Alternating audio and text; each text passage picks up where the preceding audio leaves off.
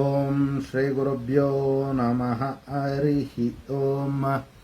ಓಂ ಕಾತ್ಯಾಯನಾಯ ವಿದ್ಮಹೇ ಕನ್ಯಾಕುಮಾರಿ ಧೀಮಹಿ ತನ್ನೋ ದುರ್ಗಿ ಪ್ರಚೋದಯಾತ್. ಓಂ ಶ್ರೀ ಶಿವಂ ಗುರುಭ್ಯೋ ನಮಃ.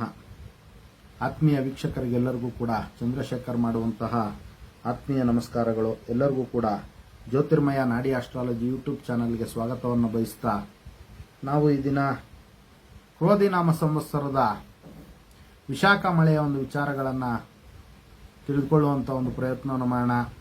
ನೋಡಿ, 6/11/2024 19/11/2024 ಕೂಡ ವಿಶಾಖ ಮಳೆಯ ಒಂದು ವಿಚಾರ ಇರತಕ್ಕಂಥದ್ದು. ಇನ್ನು ಈ ಮಳೆ ಕಾರ್ತೀಕ ಮಾಸದಲ್ಲಿ ಶುಕ್ಲ ಪಕ್ಷದಲ್ಲಿ ಶನಿವಾರ ಬೆಳಗ್ಗೆ 8:56 ವೃಶ್ಚಿಕ ಲಗ್ನದಲ್ಲಿ ಪ್ರವೇಶ ಆಗುವಂಥದ್ದು. ಇನ್ನು ವಾಹನ ಮೇಷ ಆಗಿರ್ತಕ್ಕಂಥದ್ದು, ಅಂದರೆ ಟಗರ್ ಆಗಿರ್ತಕ್ಕಂಥದ್ದು. ಇನ್ನು ಪುರುಷ ನಪುಂಸಕ ಯೋಗದಲ್ಲಿ ಮಳೆಯ ಒಂದು ಉದ್ಭವ ಆಗ್ತಕ್ಕಂಥದ್ದು.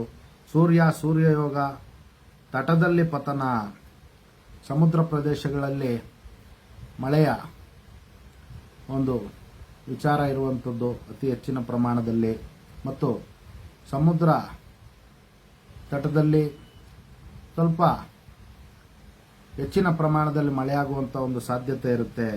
ಇನ್ನು ಮಡಿವಾಳರ ಮನೆಯಲ್ಲಿ ಈ ಒಂದು ಮಳೆಯ ದೇವತೆಯ ಒಂದು ಆವಾಸ ಸ್ಥಾನ ಈ ಒಂದು ಸಂದರ್ಭದಲ್ಲಿ ಇರ್ತಕ್ಕಂಥದ್ದು. ಇನ್ನು ಈ ವಿಶಾಖ ಮಳೆ ಕೂಡ ಜಲಲಗ್ನದಲ್ಲಿ ಉದ್ಭವ ಆಗಿರ್ತಕ್ಕಂಥದ್ದು. ಇನ್ನು ಬುಧ ಶುಕ್ರರ ಒಂದು ಸಂಯೋಗ ಮತ್ತು ಚತುರ್ಥ ಸ್ಥಾನದಲ್ಲಿ ವಿಶೇಷವಾಗಿ ಶನಿ ಇದ್ದು, ಮತ್ತು ಗುರು ಕೂಡ ಉತ್ತಮವಾಗಿ ಉಚ್ಚಾಭಿಲಾಷಿಯಾಗಿರೋದ್ರಿಂದ ಉತ್ತಮವಾದಂತಹ ಮಳೆ ಆಗ್ತಕ್ಕಂಥದ್ದು. ಇನ್ನು ಕೆಲ ಭಾಗದಲ್ಲಿ ಅಲ್ಪ ಮಳೆ ಆಗುವಂತಹ ಒಂದು ಸಾಧ್ಯತೆಗಳಿರುತ್ತೆ. ಇನ್ನು ಒಟ್ಟಾರೆ ಸಾಧಾರಣ ಮಳೆಯ ಒಂದು ಅನುಕೂಲವನ್ನ ಈ ಒಂದು ವಿಶಾಖ ಮಳೆಯಿಂದ ಪಡೆಯಬಹುದಾಗಿರುತ್ತೆ.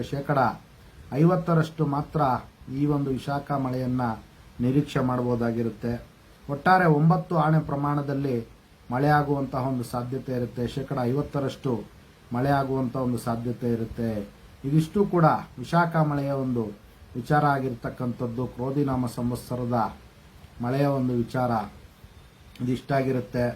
ಉಳಿದ ವಿಡಿಯೋಗಳಲ್ಲಿ ಇನ್ನೂ ಹಲವಾರು ಜ್ಯೋತಿಷ್ಯ ಮತ್ತು ಆಧ್ಯಾತ್ಮಿಕ ವಿಚಾರಗಳನ್ನು ತಿಳ್ಕೊಳ್ಳೋಣ ಅಂತ ತಿಳಿಸ್ತಾ, ಎಲ್ಲರಿಗೂ ಕೂಡ ಜಗನ್ಮಾತೆಯ ದಿವ್ಯ ಆಶೀರ್ವಾದ ಇರಲಿ ಅಂತ ಮತ್ತೊಮ್ಮೆ ನನ್ನ ಆರಾಧ್ಯ ದೇವತೆ ಲಲಿತಾಂಬಿಕೆಯ ಬಳಿ ಪ್ರಾರ್ಥನೆ ಸಲ್ಲಿಸುತ್ತಾ, ಸರ್ವೇ ಜನಃ ಸುಖಿನೋ ಭವಂತು, ಸಮಸ್ತ ಸನ್ಮಂಗಳಾನಿ ಭವಂತು, ಶುಭಮಸ್ತು.